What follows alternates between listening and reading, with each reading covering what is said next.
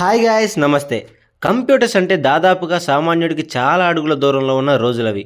Information technology knowledge గురించి అవగాహన కూడా అంతంత మాత్రమే. ఏ రంగంలోనూ ఇంకా పూర్తిగా కంప్యూటర్ డామినేషన్ రాలేదు. బుడిబుడి అడుగులు వేస్తూ ఇన్ఫర్మేషన్ టెక్నాలజీ అర్బన్ ప్రాంతాల్లో పరిచయం అవుతున్న దశ అది.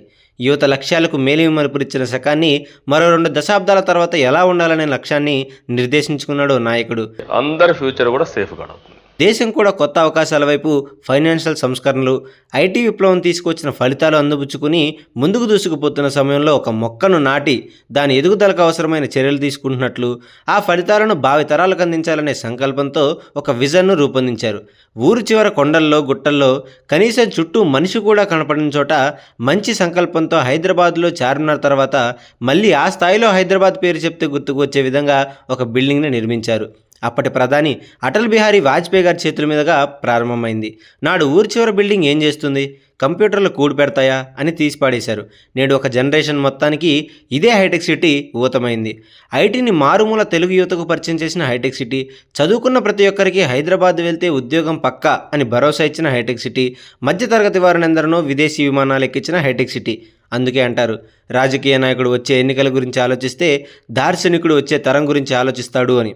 ఇటీవల AP deputy CM Pawan Kalyan గారు కూడా ఇలా అన్నారు. మేమందరూ రాళ్ళు రప్పల్ని చూస్తే ఆయన ఒక సైబర్ సిటీని చూశారు, ఇంకొక నగరాన్ని దర్శించారు. ఇలా ఎన్నో ఉదాహరణలు. ఆయన విజన్ ప్రపంచ స్థాయిలో ఖ్యాతి పొందింది. హైటెక్ సిటీ సైబరాబాద్ సృష్టికర్తగా, ఫస్ట్ టెక్నోక్రాట్ చీఫ్ మినిస్టర్గా జాతీయ స్థాయిలో పేరు పొందిన దార్శనికుడు చంద్రబాబు గారు. తెలుగు రాష్ట్రాల్లో ఐటీకి పునాదులు వేసి సామాజిక ఆర్థిక మార్పులకు నాంది పలికిన హైటెక్ సిటీ నిర్మించి 2.5 దశాబ్దాలు దాటింది. విజన్ 2020ను 1999 జనవరి 26న ఆవిష్కరించారు. దాని ఫలితాలను ఈరోజు మనం చూస్తున్నాం. అందరూ అనుకుంటారు హైదరాబాద్లో ఎప్పుడో అభివృద్ధి చెందిన నగరమని, కొత్తగా ఎవరో అభివృద్ధి చేసేది ఏముంది అని. అయితే వాస్తవానికి ప్రతి జనరేషన్కు తగినట్లు అభివృద్ధి పందాలు మారుతూనే ఉంటాయి. వాటిని ఆయా జనరేషన్లకు తగినట్లు అవకాశాలు సృష్టించడం, ఫెసిలిటీలు అభివృద్ధి చేయడం ముఖ్యం. ఆనాడు హైదరాబాద్లో ఎంఎంటీఎస్, ఇండియన్ స్కూల్ ఆఫ్ బిజినెస్, జీనోమ్ వ్యాలీ, మైక్రోసాఫ్ట్తో పాటు అనేక దిగ్గజ ఐటీ కంపెనీలు, అంతెందుకు ప్రస్తుతం అంతర్జాతీయ స్థాయిలో రద్దీ ఎయిర్పోర్ట్లలో ఒకటైన శంషాబాద్ ఇంటర్నేషనల్ ఎయిర్పోర్ట్కు అంకురార్పణ చేసింది ఆ విజనే. తదనంతరం పరిణామాలు అందరికీ తెలిసిందే. రాష్ట్ర విభజన, తెలుగు జాతి 2 రాష్ట్రాలుగా విడిపోవడం, విడిపోయిన ఆంధ్రప్రదేశ్ రాష్ట్రానికి మొట్టమొదటి ముఖ్యమంత్రిగా బాధ్యతలు చేపట్టి రాజధాని లేని రాష్ట్రంలో అభివృద్ధి పనులు ఒక దశలో ఉండగానే అధికారం కోల్పోవడం, ఆయన విలువ తెలుసుకున్న ప్రజలు తిరిగి మళ్ళీ రికార్డు స్థాయిలో 93% సీట్లలో ఆయనకు విజయాన్ని అందించడం, తిరిగి ఏపీ పునర్నిర్మాణానికి ఆయన నమ్మిన విజన్ను మరోసారి చేతపట్టుకుని విజన్ 2047 డాక్యుమెంట్ తీసుకొచ్చి పెట్టుబడుల సాధనే లక్ష్యంగా దావోస్లో పర్యటించారు.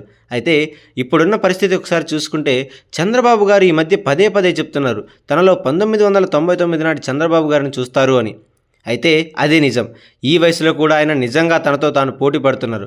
చంద్రబాబు గారి పనితనంతో అప్పుడు తాను అభివృద్ధి చేసి చూపించిన హైదరాబాద్ నగరంలో వ్యూహం తప్ప ఇంకా పూర్తి రూపం రాని ఆంధ్రుల రాజధాని అమరావతిని నిలపడం కోసం రాష్ట్రాభివృద్ధి అనే, అన్ని ప్రాంతాల సమగ్రాభివృద్ధి అనే అందమైన కిరీటం అనుకుంటే, అందులో ఆకర్షణీయమైన ఒక వజ్రంలాగా నిలిపేందుకు ప్రతి ఆంధ్రుడు తన ఉపాధిని తాను పుట్టిన రాష్ట్రంలోనే పొందగలిగి ఆత్మాభిమానంతో బతికేందుకు ఆయన పోటీ పడుతున్నారు.